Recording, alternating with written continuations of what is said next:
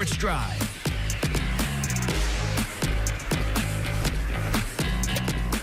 Welcome back into Sports Drive, everybody. Joining us now, one of the players from the Amarillo Bombers soccer team and an assistant coach over for the Lady Buffs at WT, Coach Reyes.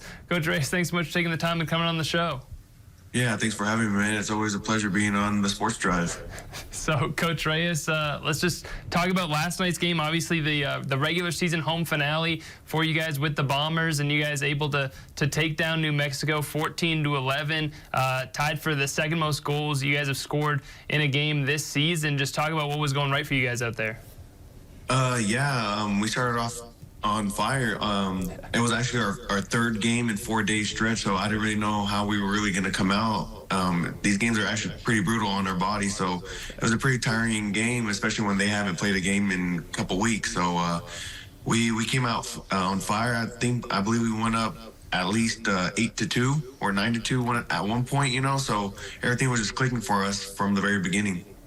And, you talk about just coming out on fire. I think, so New Mexico kind of takes that 1-0 lead early, and then you guys rattle off, I think it was, 5 goals in a row. You end up taking, propelling that into an 8-2 lead early second quarter. How do you think you guys were able to just, take over in that stretch and really, not necessarily put the game away at that point, but you had it in hand certainly the whole way through from that point on?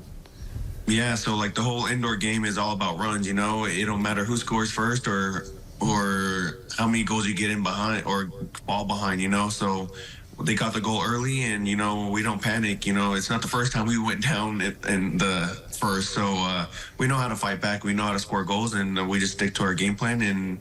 And we were able to at least stretch the lead out a little bit throughout the first half.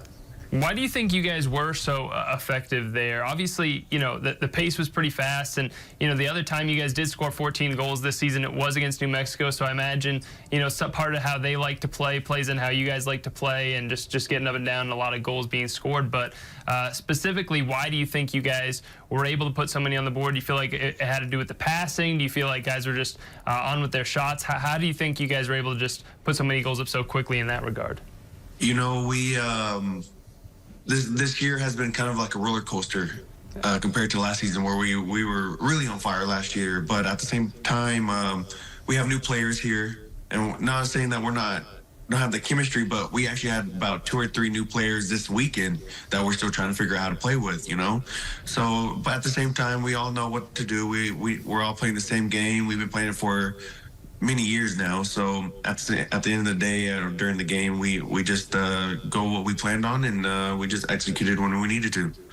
What do you think it was, about this New Mexico team that's allowed the game to be played? Obviously the game already is played at a pretty fast pace. Do you feel like they, matchups against them cause it to be played even faster? As I said, second time this season, you guys have scored 14 goals against this New Mexico club, and those are 2 of your 3 highest scoring games of the year.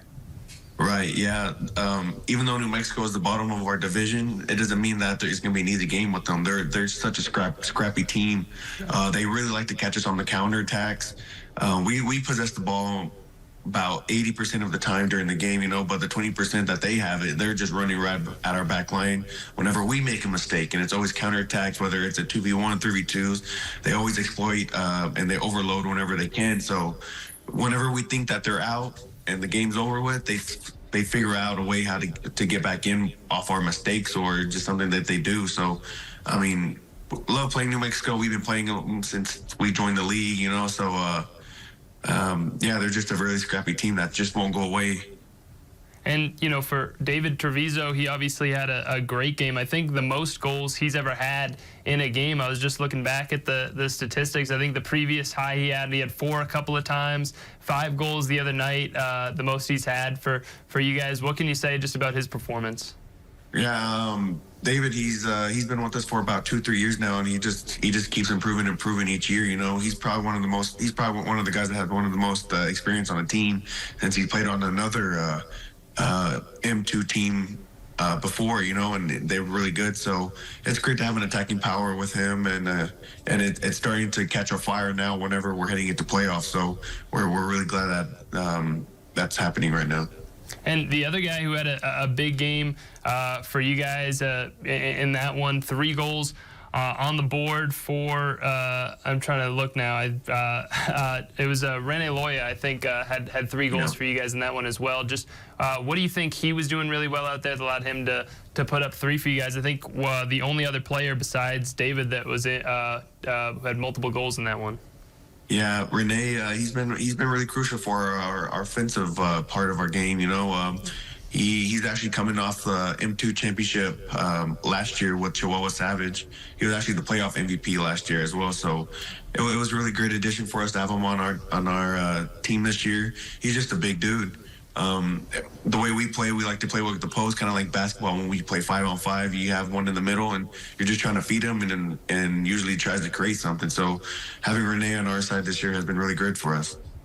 And now you guys, obviously 2 games left in the regular season, have to go on the road to face El Paso, who, way back you opened up the season with. Were able to get the 10-8 win. As you mentioned, makeup of the team looks a little different now than it did, way back at the beginning of the season. But what are you expecting from that trip? Obviously, just trying to close out the season strong against the Rhinos. Yeah, it's going to be 2 tough games for us. Right now, we clinch playoffs, so playoffs isn't in the question anymore. So I'm not saying we're going out there and going to be like, oh, it's just a regular game. If we win, we lose, whatever. No, it's seeding implications that we're looking for. And just like us, their team looks completely different as well. So it's not going to be the same team that we saw earlier. And their field's actually pretty small. So Fredo, our goalkeeper, is going to be able to throw the ball from his goal all the way to their goal in just one throw, So it's going to be a smaller game. It's going to be faster. The ball is going to be going out of bounds a lot more. So it should be fun. I've never been to El Paso before, so it'll be a whole new experience for me. So hopefully we can come out with 2 wins. And just talk to me about the outlook for the playoffs. You mentioned it there, having already clinched. How things are shaping up at the current time, and just what the outlook is when those are going to start and what you guys are hoping to accomplish. Yeah, so this year the playoffs are going to be hosted in Wichita, Kansas. We're very familiar with that field since our rivals, Wichita Wings, that's their home, so we'll be heading over there. So it'll be an 8-team playoff. 2 from each division are going to go, and then 2 third-place teams. The 2 of the best third-place teams are going to go. So there's actually 1 team from New York, Rochester Lancers, who are undefeated at the moment. Seems like they can't lose, and they're putting up a lot of goals and not letting a lot in. So April 4th through the 7th is when playoffs start. We'll be going to Wichita, Kansas, and hopefully we can come back with some hardware.